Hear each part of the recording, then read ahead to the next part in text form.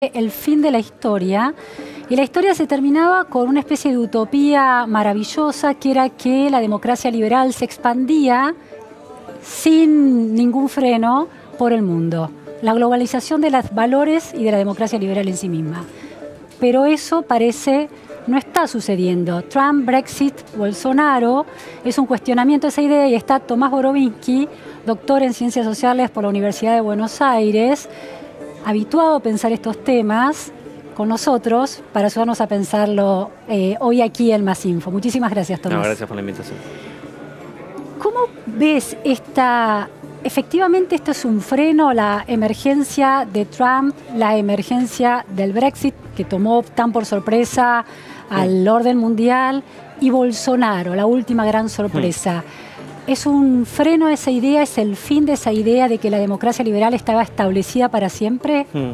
Sí, esa idea, ¿no?, que es muy seductora, que podía ser, que el propio Fukuyama cuando publicó el paper lo planteaba como, no como un final necesariamente feliz, sino como incluso algo de tristeza, porque íbamos a sentir nostalgia de los tiempos en los que había política, había historia. Había conflicto. Claro, ¿no? Él lo planteaba casi como era un final. El paper, que es poco leído, tiene un final muy así melancólico incluso.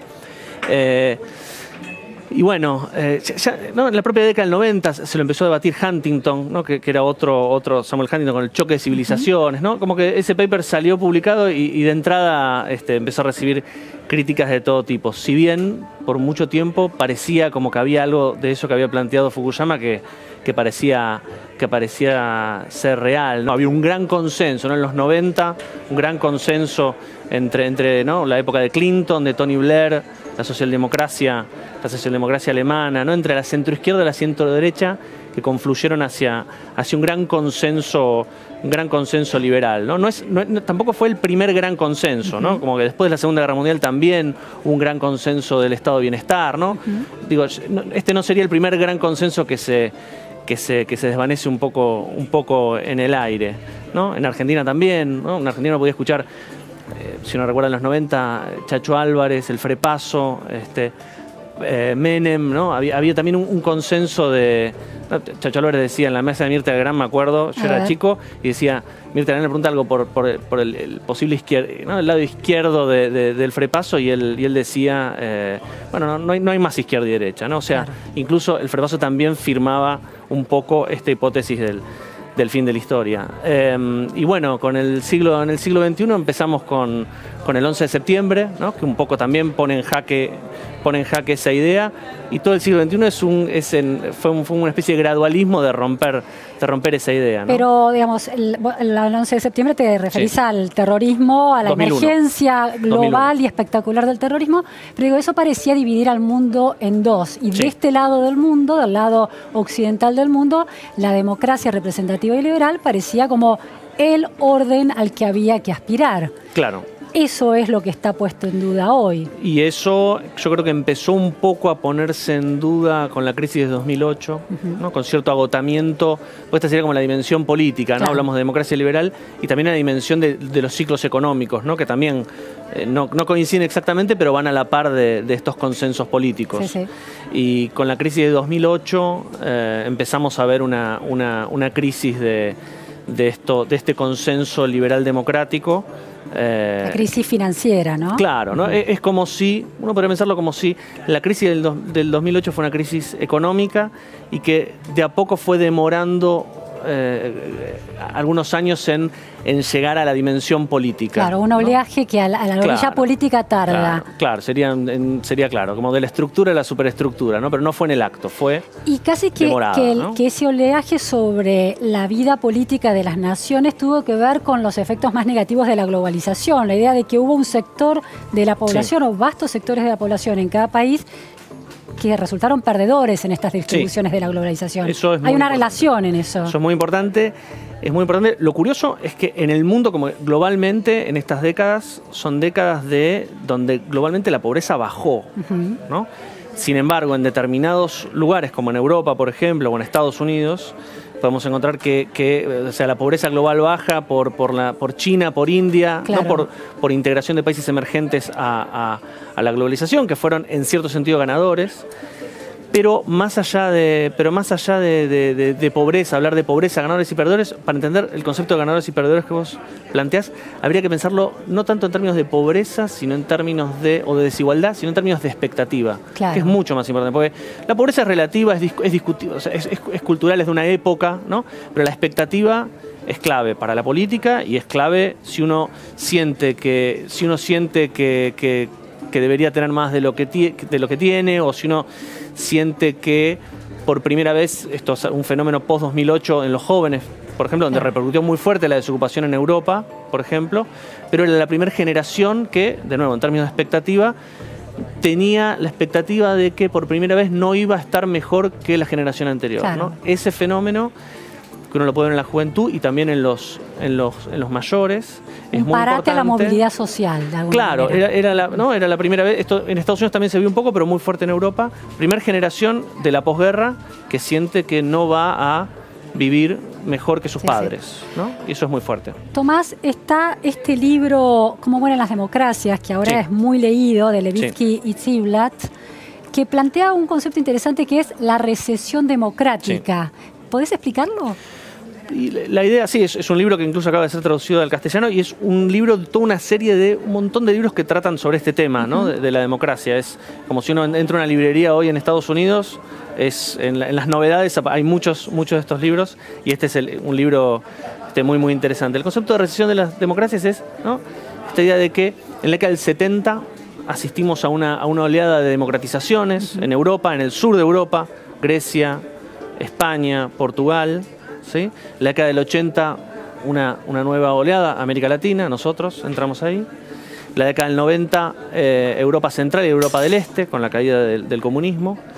Y lo que plantean estos autores y otros es que en principios de los 2000, 2005 es el techo de estas oleadas, y a partir del 2005 empezamos o un deterioro o una caída, ¿no? Incluso numérica, pero aparte incluso un deterioro, porque lo interesante también es ver esto hacia adentro de democracias, ¿no? Como hay determinadas democracias, algunas de estas nuevas democracias y otras no tan nuevas, que asisten a un deterioro institucional, que asisten a incluso en algunos casos donde la variable explicativa no puede ser la economía, y de nuevo, o sea, no es el bolsillo sino la expectativa de nuevo. Por ejemplo, algunos de los países de Europa Central, como Polonia, que frente a la crisis europea, Polonia vivió un momento de mucho crecimiento económico. Y sin embargo, el deterioro democrático es muy fuerte, ¿no? Tomás, ¿la década kirchnerista se inscribe dentro de esta lógica de deterioro de la democracia en términos de instituciones que no funcionan, instituciones de generación de información por parte del Estado?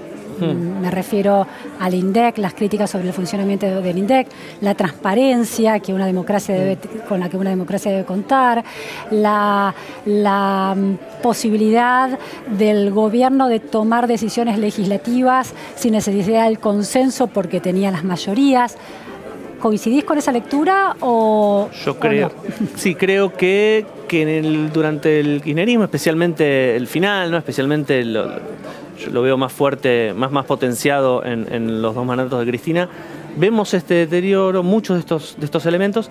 Sin embargo, quizás, ¿no?, la Argentina siempre como que la historia va por una autopista, y la Argentina a veces va por colectora, se mueve por otro. Entonces, no sé si exactamente está determinado por los mismos factores que muchos de estos casos europeos o Estados Unidos, ¿no? Porque creo que nosotros tuvimos, ¿no?, el mundo tuvo su 2008, nosotros tuvimos un 2001, claro, ¿no?, que está relacionado, pero no es exactamente lo mismo. Por eso también podemos encontrar estos elementos antes, ¿no?, de la crisis mundial. Sin embargo, a favor de esto que planteás vos, para plantearlo en esa línea, uno podría pensar que Levitsky y Ziblatt hablan de la polarización como un efecto, como un elemento clave para entender este deterioro de la democracia.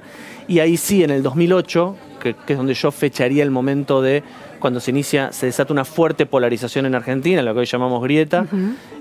Ahí sí hay una coincidencia entre el 2008, la crisis mundial, el conflicto con el campo, y una polarización que todavía no terminó, ¿no? Que seguimos como en ese paradigma, ¿no? Y esta idea de que en una democracia de alta calidad institucional, quienes sostentan el poder no usan las prerrogativas que le da el juego democrático en propio beneficio, ¿no? Que es una idea también que está en estos autores.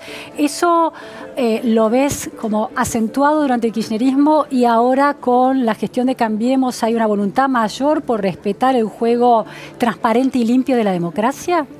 ¿O soy muy optimista? Yo creo que hay algo de eso,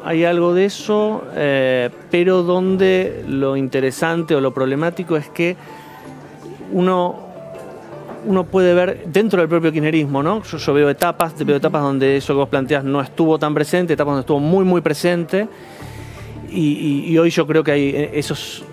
Si uno evalúa esos elementos, yo creo que estamos mejor que en el final del kirchnerismo, pero vemos que estamos mejor más, como suele pasar en Argentina, más por voluntades de políticos que por ingenierías institucionales. A ver, ¿no? ¿Qué políticos? ¿Qué voluntades, ¿no? De qué políticos? No, bueno, creo que del gobierno actual, ¿no? Creo que son más, hay más, yo creo que hay más, poco más cooperación y más diálogo con otras fuerzas, ¿no? Creo que eso es muy importante. Otro elemento que marcan Levitsky y Ziblatt es la cuestión de respetar al adversario político, la legitimidad del adversario político, claro, ¿no? Y eso creo que si bien sigue habiendo mucha grieta, sigue habiendo polarización, creo que estos elementos hay una mejora. Pero uno podría pensar que es problemático que dependan solamente de la voluntad de las personas, ¿no? Eso es el vaso, claro, mitad vacío, mitad lleno, ¿no?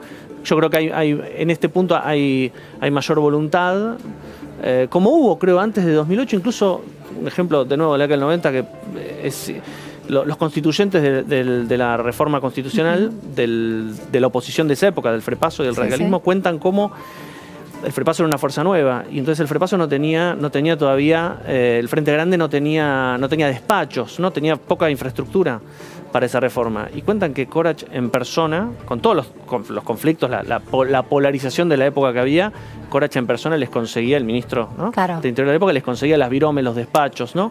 Eso y un sentido de colaboración política. Cierto juego, no sé cómo llamarlo exactamente, como un fair play, algo medio básico en realidad, ¿no? Medio básico. Cuando eso se rompe, ahí tenemos escaladas, ¿no? Lo vimos en Argentina post 2008. Creo que ese paradigma igual no se terminó todavía, lo vemos. ¿Lo ves porque las encuestas siguen dándole muchas posibilidades al kirchnerismo en el regreso al poder, eventual regreso al poder? En eso lo vemos, pero aparte incluso en cierta falta de consensos, entre distintas fuerzas. Creo que, por eso que la Argentina a veces va de costado, creo que cuando en el mundo había consenso sobre un montón de cuestiones, en Argentina no había tampoco consensos, ¿no? Entonces creo que en este punto, en Argentina es como si el mundo en un punto se hubiera argentinizado, ¿no? Claro. Es como si el mundo se hubiera argentinizado y hubiera más polarización y hubiera menos consenso. Nosotros en un punto estamos acostumbrados a eso, pero es algo muy, muy problemático para pensar. Si no hay... Porque siempre que haya diferencias, que haya contradicciones, que haya divisiones, es muy saludable para una democracia. Sí, que haya conflicto, pero que sobre eso se construye. Es muy saludable. Claro. Un problema que tenía Fukuyama y el concepto de fin de la historia es que planteaba el fin de las divisiones, claro, el fin de los conflictos, y eso tiene un lado que suena muy bien, pero por otro lado es muy problemático, porque la democracia tiene que ver con la incertidumbre, tiene que ver con no saber exactamente hacia dónde vamos, tiene que ver con poder discutirlo prácticamente todo. Eso es la hegemonía de un discurso es totalitaria. Claro. La idea de que existan voces distintas es del juego democrático. La idea de que haya un final, de que no haya más discusión política, o de que haya incluso, yo antes reivindicaba un poco los grandes consensos. Los grandes consensos también son problemáticos y terminan engendrando la polarización que viene o la contradicción que viene, ¿no? Eso también, los grandes consensos de la posguerra, los consensos del estado de bienestar, terminaron generando las fuerzas neoliberales que terminaron desarmando ese estado de bienestar, ¿no? Tomás, ¿te preocupa que la expresidenta Cristina Fernández de Kirchner haya sostenido en el Foro Global de Pensamiento Crítico la idea de que la democracia representativa y liberal es una tecnología social perimida, útil en 1789, pero no para estos tiempos? ¿Va en la línea de esta idea de poca confianza en la democracia como el sistema de gobierno? Sí, fue como muy inquietante y extraño, ¿no? Uno no termina de entender a qué se refería exactamente. Uno podría pensar, siendo optimista, uno diría, bueno, quizás quiere adicionar nuevos poderes, porque como cambió la tecnología y cambió la sociedad, debería haber nuevos controles. O uno podría ser más pesimista y pensar que en realidad... Quiere uno solo. Quería, o sí, o dos, ¿no? No sé si estaba también apuntando fuerte contra el Poder Judicial, quizás, ¿no? Pero sí, es inquietante. Hay que darle importancia a lo que dicen los políticos, los grandes líderes. También es cierto que hay que darle mucha importancia, tomárselo en serio, encender alarmas. Y también hay un punto en el que los políticos, en general y en Argentina, muchas veces dicen cosas que tampoco hay que darles tanta importancia, ¿no?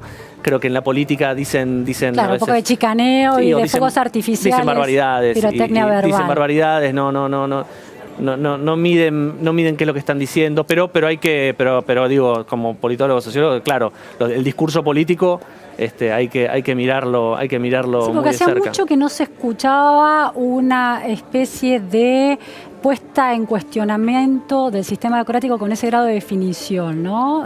Hacía mucho. Sí. No, la democracia en Argentina es joven y eso estaba cuestionando como los pilares de la democracia. Sí. Eso muy inquietante, pero... Hay otro, vos escribiste en La Nación hace un tiempo una columna muy interesante sobre el fin de las democracias y citás un libro de Naim, El fin del poder. Hay otro, El fin de la historia, El fin del poder, sí. Y una idea muy paradójica e interesante que es que ahora el poder es más débil. Sí. ¿Eso aplica a un caso como la democracia argentina actual, con un sector social que llegó al poder por primera vez en muchos años y son dueños en parte del poder económico? ¿Aún así este poder es más débil que otros? Sí, yo creo que incluso este concepto de fin del poder, que implica, para hacerlo muy resumido, que el poder no es lo que era, el poder económico, el poder político no es lo que era. Antes el poder era mucho más sólido, el poder era mucho más poderoso, se podía mantener firme frente a todo tipo de tormentas, y hoy no. Y esto lo vemos en las grandes corporaciones que caen, lo vemos también en la crisis de 2008, y lo vemos incluso en el triunfo de Cambiemos. Creo que hay que leerlo en esta clave, porque un partido, claro, el poder, el establishment, ¿no? de la época era principalmente el peronismo, ¿no? Entonces, sobre todo en provincia de Buenos Aires, ni que hablar. Provincia de Buenos Aires y en Argentina, ¿no? Entonces, que el peronismo pierda, ¿no? Al perder el peronismo en 2015 y la llegada de un partido nuevo con menos de, hoy un poco más de 15 años, creo que es un ejemplo de esta idea de fin del poder, que incluso, uno diría, pueden caer las grandes empresas, pueden caer los poderosos, pueden caer los dictadores y pueden caer los poderes, como en Argentina, que era el peronismo, ¿no? La caída del peronismo uno la puede leer en esa clave también. Eso es interesante en el caso de Argentina, particularmente porque, bueno, la falta de alternancia, ¿no? La posibilidad de la reelección a veces complica también los procesos sociales en Argentina. Cuando el poder es entregado y vuelto a ratificar durante periodos tan largos, 8 años, el hecho de que no haya en el horizonte una oposición, pero sin embargo está esta lógica de un poder mucho más líquido y escurridizo, bueno, da algún tipo de reaseguro al movimiento democrático, ¿no? Sí, es mejor por esto que decíamos antes, porque la democracia tiene que ver con eso, con la incertidumbre, con no saber exactamente qué va a pasar, quién va a ganar, eso es bueno. También es más inestable, ¿no? Y hay que bancarse esa inestabilidad, esa incertidumbre. Eso es un tema. A veces la incertidumbre, esto lo vemos incluso, uno puede pensar también en el triunfo de Trump y en el mundo, si bien la incertidumbre, la democracia está atravesada por la incertidumbre, el exceso de incertidumbre también genera que la gente demanda certeza, determinación. Claro. Y eso a veces puede ser una beta antidemocrática, ¿no? Una beta antidemocrática. La gente no se banca la incertidumbre de la democracia, la incertidumbre de... Sobre todo cuando la clase política no está a la altura de las circunstancias, como en Brasil o en Argentina, ¿no? Es que el rol de los políticos es o empujar lo máximo posible cada ciclo, o sea, que evitar la decadencia, ¿no? Evitar la decadencia, o revitalizar, ¿no? Claro. Eso es la función de la política desde hace 2.500 Claro, años, ¿no? claro. ¿En qué ciclo estamos ahora? ¿En qué ciclo estamos? ¿En qué sentido? ¿De revitalizar o evitar la decadencia? Y ahora, claro, el problema, cuando digo decadencia me refiero, ¿no?, a los antiguos. El problema sería pensar, ¿no?, una idea decadentista que yo no creo, ¿no? Pero bueno, el rol del gobierno actual tiene que ser, creo que está en un momento de tener que, si busca ganar las elecciones, tiene que estar en un momento de revitalizarse, ¿no? De revitalizar su propio gobierno y pasa que la oposición también está en el mismo juego, ¿no? Claro. Revitalizarse. Creo que ahí hay un punto interesante, que es que después de las últimas elecciones legislativas, muchos ansiosos, y la política no es para ansiosos, la política no son los 100 metros llanos, es una maratón, muchos ansiosos daban por triunfadora a Cambiemos en las próximas elecciones, y ahora es un juego mucho más abierto, Claro. ¿no? Y bueno, eso puede generar inestabilidad, que hay que bancársela, pero al mismo tiempo los finales más abiertos pueden ser buenos para la democracia también. Muchísimas gracias, Tomás. Gracias a vos. Nos llevamos este mensaje optimista. Vamos a escuchar ahora qué decía Santiago Kovadlov ayer, que estuvo en Mesa Chica con José del Río. ¿Puede volver Cristina? Yo creo que no, ¿Sabes por qué creo que no? Y cuando las elecciones lo evidencien veremos si fue así. Yo creo que no, porque el miedo que ha sembrado el populismo es